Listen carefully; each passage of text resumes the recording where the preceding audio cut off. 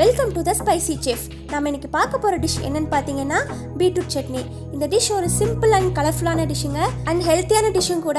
இந்த பீட்ரூட் சட்னியை நம்ம இட்லி, தோசை, சாதத்துக்கு கூட யூஸ் பண்ணி சாப்பிடலாம். ரொம்ப டேஸ்ட்டாக இருக்கும். இது செய்ய தேவையான பொருள் என்னென்னு பார்க்கலாம். இந்த வீடியோக்குள்ளே போகிறதுக்கு முன்னாடி இந்த சேனல் நீங்கள் சப்ஸ்கிரைப் பண்ணாமல் இருந்தீங்கன்னா மறக்காமல் சப்ஸ்கிரைப் பண்ணிடுங்க. பக்கத்தில் இருக்க பெல் பட்டனும் ப்ரெஸ் பண்ணிடுங்க. இதுக்கு தேவையான பொருள் என்னென்னு பார்த்தீங்கன்னா, நான் 1/2 கிலோ பீட்ரூட் எடுத்து இந்த மாதிரி சின்னதாக கட் பண்ணி வச்சுருக்கேன். தேவையான வெங்காயம், 5 பல் பூண்டு எடுத்துக்கிறேன். கடலைப்பருப்பு, உளுந்தம்பருப்பு, நடக்கலை எடுத்திருக்கேன். கொஞ்சம் புளி, 2 வரமிளகா, 1 ஸ்பூன் சீரகம், தேவையான அளவு கருவேப்பிலை எடுத்துக்கிறேன்.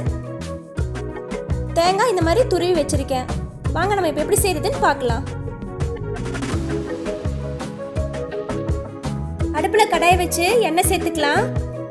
நம்ம பீட்ரூட் ஃபுல்லாக எண்ணெயில் தான் வணக்க போகிறோம், அதனால எண்ணெய் கொஞ்சம் கூட சேர்த்திக்கோங்க. இப்போ நம்ம எடுத்து வச்சிருக்க கடலைப்பருப்பு, உளுந்தம்பருப்பு, நடக்கலை சேர்த்து நல்லா வணக்கிக்கலாம்.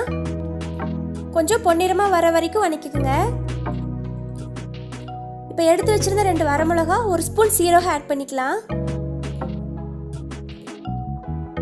இப்போ கருவேப்பிலை ஆட் பண்ணி ஒரு டைம் வணக்கி விட்டுக்கோங்க.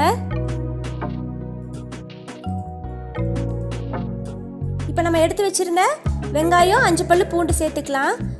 வெங்காயம் ஓரளவுக்கு வணங்கினா போதும், ஏன்னா பீட்ரூட் நம்ம ஃபுல்லாக எண்ணெயில் தான் வணக்க போகிறோம், அதனால் ஓரளவு வணங்கினாவே போதும். இப்போ பீட்ரூட் சேர்த்துக்கலாம்.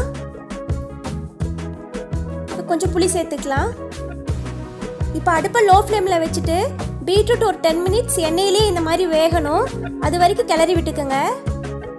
பாருங்கள், 10 நிமிஷம் ஆச்சு, பீட்ரூட் கலரே மாறிடுச்சு. இப்போ நான் தேங்காய் பூ ஆட் பண்ணிக்கிறேன். தேங்காய் பூ ஆட் பண்ணி ஒரு டைம் நல்லா கிளறி விட்டுக்கோங்க. தேங்காய் ஓரளவுக்கு வணங்கினதும் நம்ம அடுப்பு ஆஃப் பண்ணிட்டு ஒரு 5 மினிட்ஸ் ஆற விட்டுறலாம். ஆறினதுக்கப்புறம் மிக்ஸி ஜாரில் போட்டு எடுத்துக்கலாம்.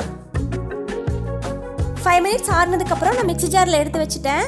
இப்போது தேவையான அளவு தண்ணி சேர்த்துக்கோங்க. தண்ணி சேர்த்துட்டு சட்னிக்கு தேவையான அளவு கொஞ்சம் உப்பு சேர்த்துக்கோங்க. உப்பு சேர்த்து இப்போ நம்ம அரைச்சி எடுத்துடலாம். பாருங்க, நான் பீட்ரூட் சட்னி அரைச்சி எடுத்துட்டேன். பார்க்கவே சூப்பராக கலர்ஃபுல்லாக இருக்குது. இப்போ நம்ம தாளித்து எடுத்துக்கலாம். தாளிக்கிறதுக்கு அடுப்பில் கடாய் வச்சு கொஞ்சம் எண்ணெய் சேர்த்துக்கலாம். எண்ணெய் சூடானதும் கடுகு சேர்த்துக்கலாம். கடுகு வெடிக்கட்டும். கடுகு வெடித்ததும் கொஞ்சம் கருவேப்பிலை ஆட் பண்ணிக்கலாம். அவ்வளோதாங்க, இதை எடுத்து நம்ம சட்னியில் ஊற்றிக்கலாம்.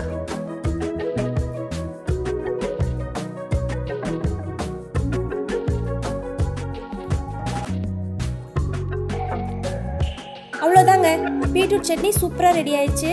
உங்கள் வீட்டில் கண்டிப்பாக ட்ரை பண்ணி பாருங்கள், எல்லாருக்கும் பிடிக்கும். பீட்ரூட் நமக்கு பிளட் ஊறுறதுக்கு ரொம்ப ஹெல்ப்ஃபுல்லாக இருக்கும். ஸோ வீக்லி ஒன்ஸ் கண்டிப்பாக எடுத்துக்கோங்க. உங்களுக்கு இந்த டிஷ் பிடிச்சிருந்துச்சுன்னா எப்படி இருந்துச்சுன்னு கமெண்ட்டில் சொல்லுங்கள். உங்களுக்கு இந்த வீடியோ பிடிச்சிருந்துச்சுன்னா லைக் பண்ணுங்கள், ஷேர் பண்ணுங்கள், கமெண்ட் பண்ணுங்கள், மறக்காமல் சப்ஸ்கிரைப் பண்ணுங்கள், பக்கத்தில் இருக்க பெல் பட்டனும் ப்ரெஸ் பண்ணுங்கள். தேங்க்யூ ஃபார் வாட்சிங்.